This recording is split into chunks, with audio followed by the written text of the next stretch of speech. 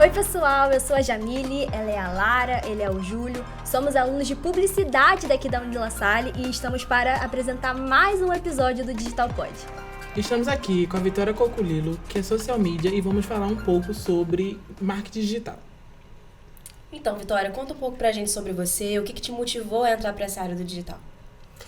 Primeiro, Lara, eu queria agradecer pela oportunidade de estar aqui com vocês, é um prazer para mim. Contando brevemente a minha história, né? Desde muito nova eu sempre fui apaixonada pela área da comunicação, tudo que envolvia comunicação, criatividade. E conforme o tempo foi passando, eu me vi caindo de paraquedas dentro da fotografia, filmagem, até de fato me encontrar no marketing digital. E eu falo me encontrar porque de fato foi isso que aconteceu, né? Eu me encontrei ali. E hoje eu já trabalho como social media há mais de 4 anos, ajudando marcas a se posicionarem no digital, não só com estratégias, mas também com propósito, com intencionalidade e sendo sempre fiéis à sua essência, né?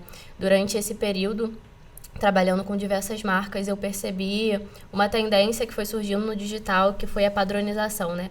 Marcas grandes, principalmente marcas pessoais, né? Apareciam e criavam um padrão do que era sucesso, do que funcionava, do que dava certo, e a gente via as marcas menores seguindo aquilo, achando que se elas replicassem, elas teriam resultado, mas não era sustentável, porque muitas vezes era algo que não fazia sentido para elas, né? Então, hoje o meu propósito é esse, é extrair a essência da marca com base na história dela, nos valores e naquilo que ela acredita. Vitória, perfeito. Eu acho que dá pra ver o quanto isso é a sua cara, o quanto você gosta de fazer isso. E a próxima pergunta adentra um pouco mais sobre isso, que é como você definiria a cultura digital nesse meio de tanta coisa que a gente vive, que a gente vê, e qual é a importância para o marketing atualmente? Como você acha que esses dois nichos se atrelam?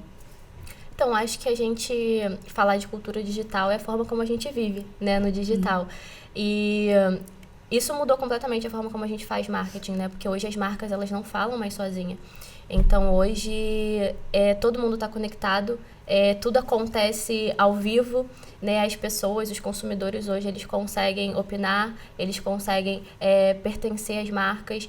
E isso, ao mesmo tempo que traz algo muito legal, que humaniza ali a marca, é também uma conversa e uma troca diária que faz com que as marcas precisem ter também responsabilidade com aquilo que elas representam e que elas trazem para o digital. Então, acho que hoje as marcas que elas não entendem, né, esse comportamento digital, elas ou continuam falando sozinha ou acabam ficando ali invisível, né? Puxando um pouco sobre isso das marcas, como você acha que a relação da rede social transformou entre marcas e consumidor? Então, eu acho que o que a rede social transformou foi que ela trouxe mais proximidade entre os consumidores e as marcas. Então, como eu falei, hoje os consumidores, de fato, eles dão opiniões, eles cancelam ou eles aprovam, né? Sim. Então, isso traz, novamente, essa responsabilidade da marca com aquilo que elas representam, né? A gente viu o caso mais recente agora da Osklen e do Oruan. Então, assim, foi uma polêmica negativa para a marca e acompanhando ali os comentários, eu vi gente comentando, vesti Osklen a vida inteira e agora nunca mais. Então, assim, cara, as pessoas realmente estão preocupadas com aquilo que elas vestem, representar algo que elas acreditam, sabe? Então, é algo muito maior do que a gente imagina, né? Então, as marcas precisam estar conscientes disso. Construir uma marca, né? Vou falar que é fácil, né? Mas é mais fácil do que você gerir essa marca. Porque a gestão da marca, ela vem com isso, né? De você ter responsabilidade com aquela comunidade que você está representando, né? E que você está falando por eles. Manter o seu conceito do início ao fim, né? É muita comunicação também, né? Principalmente nesse conceito da moda, de vestimento. Sim, com certeza. Exatamente. Essa questão da humanização que você falou é muito importante. Cada vez mais a gente vê isso no mercado, até no próprio Instagram, os vídeos são cada vez menos montados e mais realidade, dia a dia, né? Por falar em tendência, o que você acha sobre isso? Sobre as próximas tendências para esses próximos anos? Então, acho que uma delas eu acabei de trazer, né, com a construção da comunidade. Ano passado a gente viu isso crescendo muito forte, esse ano tá vindo mais forte ainda, Então, eu acho que a personalização, a construção da comunidade, as pessoas, elas não querem mais só comprar um serviço ou um produto, elas querem pertencer a um ideal, elas querem ser representadas, elas querem viver uma experiência diferenciada. Então, tanto no off, né, que você compra um produto online e você recebe em casa, qual experiência aquela marca está proporcionando para aquele cliente quando ele recebe aquele produto que ele abre, até para as experiências no presencial também, né, que a gente fala mais sobre as áreas de serviço. Então, hoje as pessoas estão, acredito que, buscando isso. E acho que os micro-influenciadores também é uma tendência forte. A gente tem visto muitas marcas optarem por influenciadores menores do que pelos grandes. E não dá para deixar de lado também a inteligência artificial, né? Que veio para ficar e está crescendo bastante aí. Com certeza. Inclusive, inteligência artificial é um ponto que a gente vai falar mais para frente, mas... retomando a um ponto antigo que você tinha falado, você tinha dado o exemplo da Osklen com o Oruan, que foi uma campanha, correto? Você tem algum outro exemplo em mente que possa ter sido estrategicamente eficaz nesse âmbito, assim? Sim, com certeza. Falando talvez de uma campanha ou de uma estratégia positiva, a gente pode olhar para a Dove, né? Que decidiu não falar para todo mundo e se posicionar. Ela identificou uma dor do público, né, que era a questão do padrão social, e ela resolveu falar para aquele público que não se identificava com isso. Então, ela fala para as mulheres de todas as etnias, de todos os formatos e tamanhos de corpos. Então, nisso, ela identificou a dor do público dela, ela selecionou aquele público, ela construiu uma narrativa emocional em cima disso e, consequentemente, ela teve venda. Além de ter construído, né, uma comunidade forte, engajada, que a gente acabou de falar, a venda veio como uma consequência disso. Então, eu acredito que é uma estratégia eficaz deles. Eles fizeram o que todas as marcas deviam fazer e não fazem, né? Mas, enfim. Puxando mais para o marketing, no social media, na verdade, qual o maior desafio você vê atualmente para a sua profissão? Então, acredito que é a velocidade com que as coisas mudam e a tendência do cliente de muitas vezes querer resultados rápidos, né? Então, falando especificamente de cada um, a gente muitas vezes vê clientes que eles chegam pra gente e falam que querem resultados em 2 meses. Mas às vezes resultados num conteúdo orgânico, que hoje em dia está cada vez mais difícil, né? Porque a gente chegou num teto ali de pessoas, de consumidores dentro do Instagram. E hoje a gente tem mais pessoas passando a vender dentro do Instagram. Então, são mais pessoas disputando pela atenção das mesmas pessoas. Então, o tráfego pago, ele vem forte nesse cenário, né? E aí, às vezes, o cliente ele quer investir só no orgânico e aí não considera também que a gente precisa ter um tempo para poder pensar na estratégia daquela marca, elaborar algo até, de fato, começar a aplicar. Então, como é que em 2 meses a gente vai conseguir começar, de fato, a trazer resultado para ele, né? E a velocidade com que tudo muda, né? Tipo, o tempo todo o algoritmo atualiza, é uma tendência nova, então a gente precisa estar ligado 24 horas por dia, praticamente, no digital e mantendo a sanidade também. Que tá precária um pouco, né? E detalhe, você falou do Instagram, mas hoje em dia nem é só no Instagram, né? No TikTok também. Toda rede social em si, né? Basicamente em todas as redes sociais. Agora todas as plataformas têm um algoritmo diferente. Que é muito fácil. Você Sim. tá ali mexendo, aí vê uma publicidade que é até antiético não ser demonstrado de forma concreta, que é uma publicidade, você acaba sendo persuadido de forma muito simples. Sutil.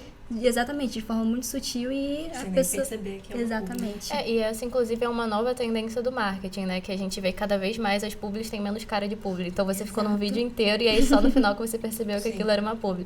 Quando a gente não tem ali a etiqueta, né, de que é publicidade. Então, é uma tendência, porque cada vez mais pessoas vendendo no digital. Então, tá todo mundo ficando meio saturado, né? Tipo, compre de mim, compre de mim.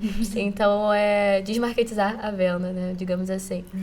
Verdade. É importante destacar também que antigamente a gente tinha uma visão muito limitada sobre esses posts do Instagram, né? Essa divulgação feita através do Instagram. As pessoas vendiam, quando se trata de social media, pacotes de posts, né? Coisas prontas, montadas, que não necessariamente têm relação com a estratégia específica daquela marca. E aí, falando sobre esse âmbito de estratégia e tudo mais, existe um mundo por trás daquilo que a gente vê no Instagram, né? Por trás dessas publis, enfim. Queria que você contasse um pouquinho pra gente sobre a análise de dados e de métricas e tudo mais que acontece por trás desses posts para poder isso estar filiado a uma boa estratégia digital. Então, eu acho que quando a gente fala de análise de dados, a gente está falando também de teste. Então, nada mais é do que testes. Eu crio uma estratégia, eu aplico aquela estratégia, eu olho os dados, eu analiso o que funcionou, o que não deu certo, e aí eu ajusto e mais uma vez eu testo. E a gente fica nesse teste até entender de fato o que funciona para aquela marca, o que aquele público de fato quer consumir, o que ele gosta, o que ele engaja. E aí sim a gente vai testando, implementando com base nos dados. Então os dados eles vêm muito como aliado nesse sentido, né? Até que o algoritmo mude novamente, a gente precisa implementar uma outra estratégia. Não é uma receita de bolo, né? Exato, não é uma receita de bolo. Eu gosto de falar muito disso, né? Que não tem fórmula pronta. Então, quando eu falo sobre identificar a essência de cada cliente, a história de cada cliente, é entender o que faz sentido para ele. Porque às vezes tem uma estratégia que para mim, cara, é excelente, eu já apliquei com outros clientes, deu certo, mas não faz sentido para aquela marca. Então, eu preciso pensar em algo diferente, que faça sentido para ela, que seja sustentável ao longo do tempo, né? Porque eu acho que estratégia é sobre isso, é algo que a gente consegue sustentar, né? Então, a gente fala às vezes, né? Não, postar 2 conteúdos por dia, todo dia na semana, mas isso é sustentável para você? Você consegue manter isso, sabe? Sei lá, em 2, 3 plataformas diferentes? Então, é entender um pouco disso também, né? Que a gente tá falando com pessoas que têm ali limitações também. Exatamente. Você falou muito sobre isso, né? De não ter fórmula pronta, cada cliente é um cliente. E como a gente está lidando com pessoas, eu acredito que em alguns casos é muito leve, muito divertido, até legal. Mas em outros casos é muito difícil, né? Porque, como você falou anteriormente, tá tudo muito saturado, as coisas vão acontecendo muito rápidas. E você, perguntando para você como uma profissional de marketing, para você, quais são os maiores desafios de um profissional de marketing hoje em dia, lidando com essa saturação, às vezes com clientes que, de certa forma, negligenciam o estudo por trás disso, que acham que tem que ser feito tudo na hora, ou da forma... Que só quer resultado, né? Exatamente, que só quer resultado e não entende que tem toda uma estratégia, todo um estudo por trás disso. Então, eu acho que um dos desafios é esse que você falou, né? Essa constante busca por resultados rápidos. E acho que a melhor forma da gente lidar com isso, mais uma vez, não tem fórmula pronta, né? E é a experiência. Você pode ter mentores que te ensinem, te deem um caminho, te falem, cara, faça isso porque dá certo e eu vivi. Ou você vive, você aprende. Comigo eu vivi e aprendi. Então, quanto mais você vai convivendo com os clientes, você vai identificando o perfil do cliente e você aprende a educar o seu cliente. Então, tipo assim, sempre numa reunião de orçamento ainda, o cliente nem fechou, eu já tenho algumas coisas que eu pontuo, que eu já trago para poder trazer ele para a realidade, entendeu? E fazer ele entender que, olha, não é assim, muitas vezes devagar, falando do tráfego pago, né? Se a gente não investir em tráfego, a gente vai caminhando mais devagar, mas dá resultado, tem que ter paciência, tem que ter resiliência. Então, acho que é um pouco disso, é aprender a lidar com o cliente e educando ele aos poucos. E assim, não é de uma hora para outra. Eu tive uma cliente que levou 1 ano para eu convencer ela a postar vídeo, porque ela não gostava. Caramba! Ela tinha vergonha de aparecer, de falar, então assim, olha só como é que é um trabalho ali devagarinho, né? Mas é só persistir que dá certo. E vídeo hoje em dia é o que mais dá repercussão e resultado, né? De certa forma, Sim. no digital. Sim, exatamente. E é sobre isso, é sobre você ter repertório para você saber se posicionar. Não tenha medo de se posicionar. Isso é algo que eu aprendi, eu deixo de orientação para profissionais que estão começando na área, né? No começo, a gente fica muito inseguro, porque você não tem muito conhecimento e você começa ali com o que tem, com o que você sabe, e aí você aceita tudo do cliente. Tudo que o cliente fala, sim senhor, não senhor, com certeza, porque você quer compensar de alguma forma, né? Você quer agradar. O problema é que esse cliente, provavelmente, você não vai conseguir sustentar ele por muito tempo, porque o cliente acaba montando em cima de você em relação a isso, né? Então, assim, às vezes eu dou conselhos assim, né? Eu falo até pra minha prima que tava começando na área, cara, você pode não saber o que você tá falando, mas fala com firmeza, se posiciona, que na cabeça dele ele acha que você é autoridade naquele assunto, entende? Então, se posicionar em relação a isso, sabe? Até porque também, senão muitos clientes vêm pelo preço... E não pela qualidade. Exatamente, não pela qualidade. E às vezes pagam muito caro por isso, tem que refazer contratando outras pessoas e vai sair bem mais caro do que se você contratasse uma pessoa séria, que tem domínio sobre os assuntos. Com certeza.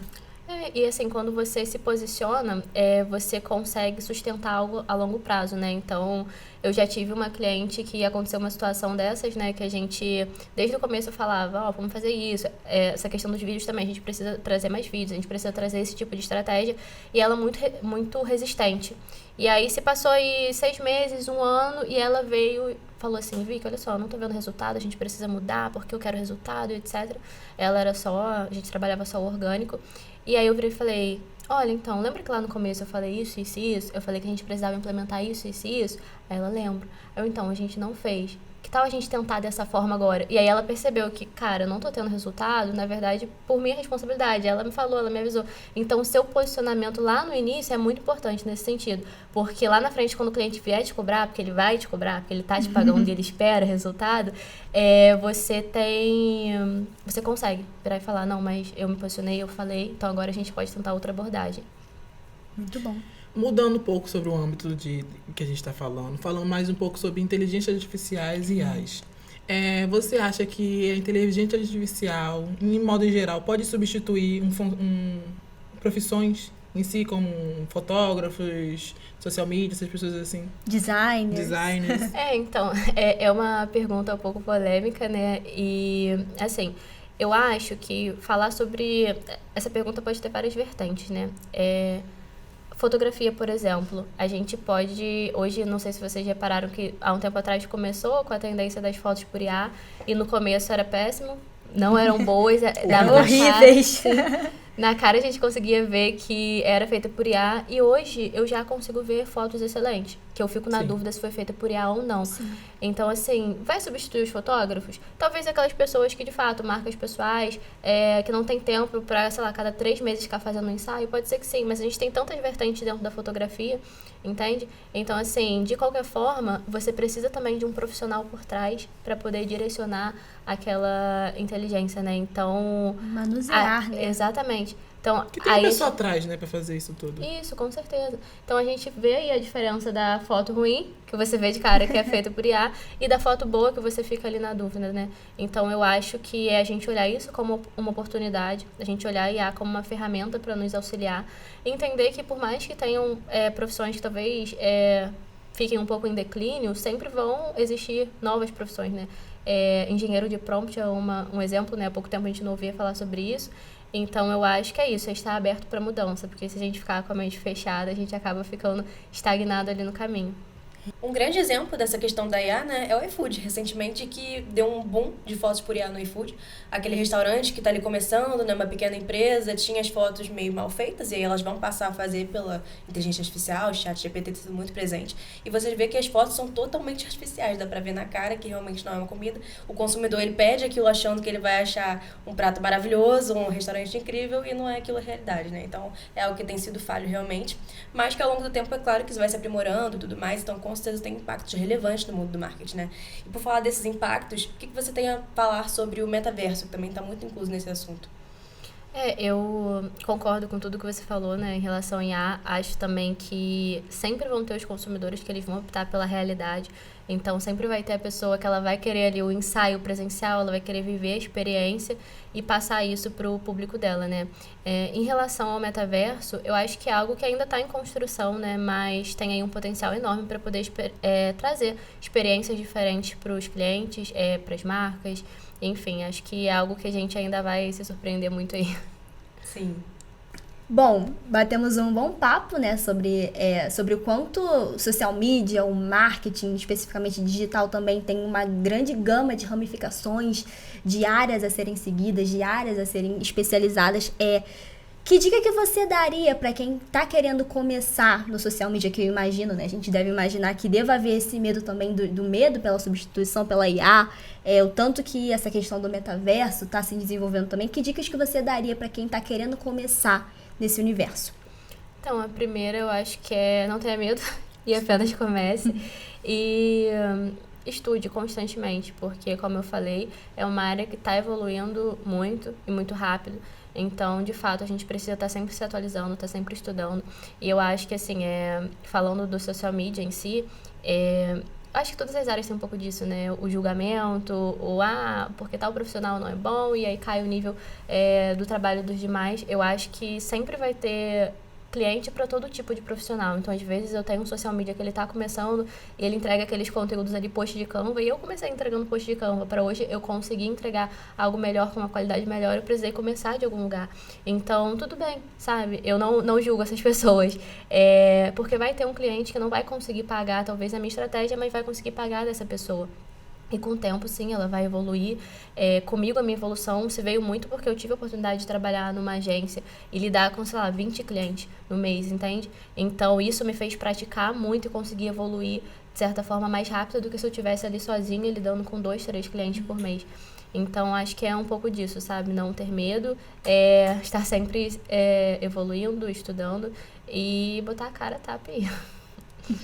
Exatamente. Eu acho que muita coisa, a gente da comunicação, né?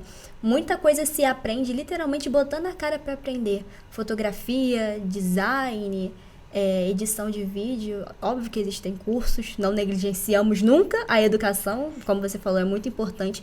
Mas muita coisa a gente vai aprender realmente botando a cara a tapa, né? Para aprender, sendo curioso mesmo, vendo as funções. E eu acho que isso é muito importante. Aliás, ser artista hoje, né? Ser da comunicação, você tem que ter coragem, né? Muito. Sim, com certeza.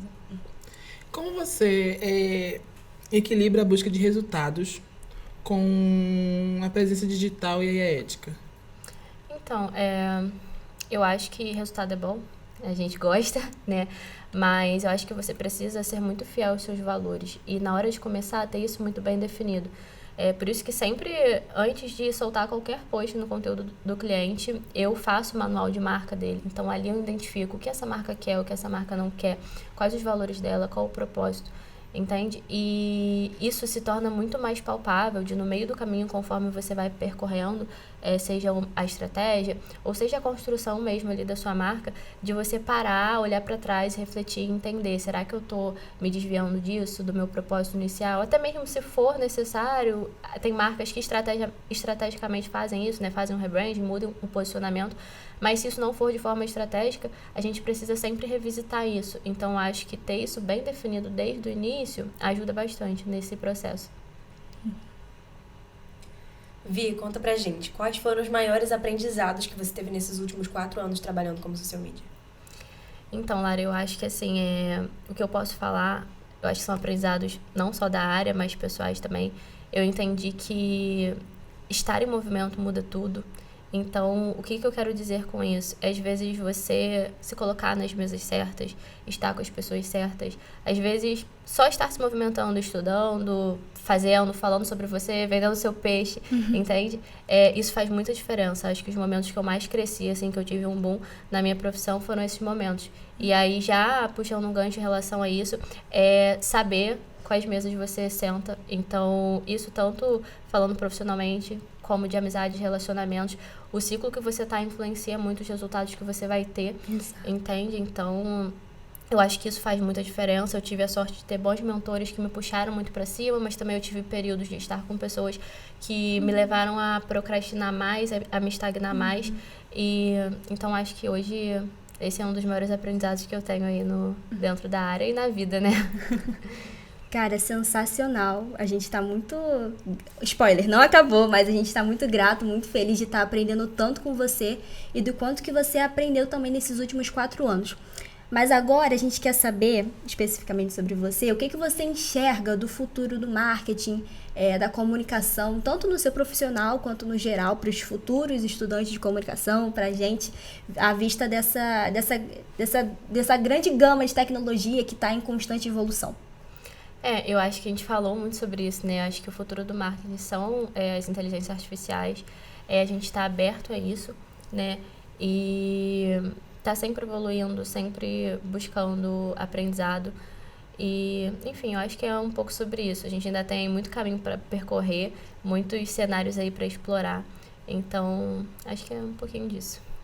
Se você tivesse a oportunidade de falar para a Vitória de 4 anos atrás, quais são as dicas que você daria para ela?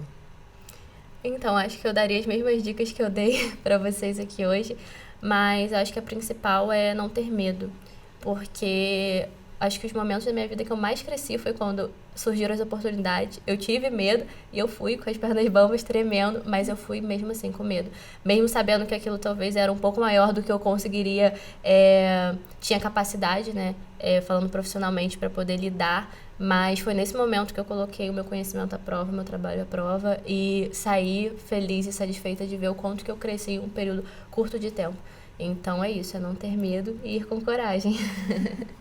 Agora, uma pergunta surpresa, sim, né? Surpreendendo a Vitória. Novamente, a gente está muito feliz de ter você aqui hoje. E, cara, eu acho que nem todo mundo sabe, mas a Vitória nem sempre ela trabalhou com comunicação. Ela teve um período estudando fora de Niterói, correto? Onde era? Friburgo, longe, frio bastante, né? Conta pra gente como é que foi esse período, o que você estudava e quando que você falou, cara, não dá mais, não é para isso que eu fui chamada a fazer, quero retornar a todo o rumo da minha vida. Então, uma pergunta surpresa, mas fico feliz de contar um pouquinho dessa parte da minha vida. Quando eu estive em Friburgo, eu fazia sistemas de informação no Cefet. E por que eu fui escolher essa área na época? Eu já sabia muito novinha, assim, que eu queria fazer publicidade, mas na época meus pais viravam pra mim e falavam que eu ia catar papel na ventania, que eu não ia ter emprego, que isso não dava certo. E eu virei e falei, ok, então eu preciso encontrar algo que eu agrade meus pais, mas que eu também goste, porque eu sabia que eu era da área criativa, e que me dê um retorno financeiro. E aí, quando eu olhei pra SI, eu olhei mais voltada para a parte de front, que é uma parte um pouco mais criativa. E aí, fiz a prova, passei pelo Cefet, cheguei lá e me surpreendi, porque é totalmente dados. Então, assim, comecei a ficar bem frustrada, cheguei a fazer 3 ou 4 períodos lá em Friburgo, e apesar de já ser difícil, estar longe da família também era uma área que eu não gostava.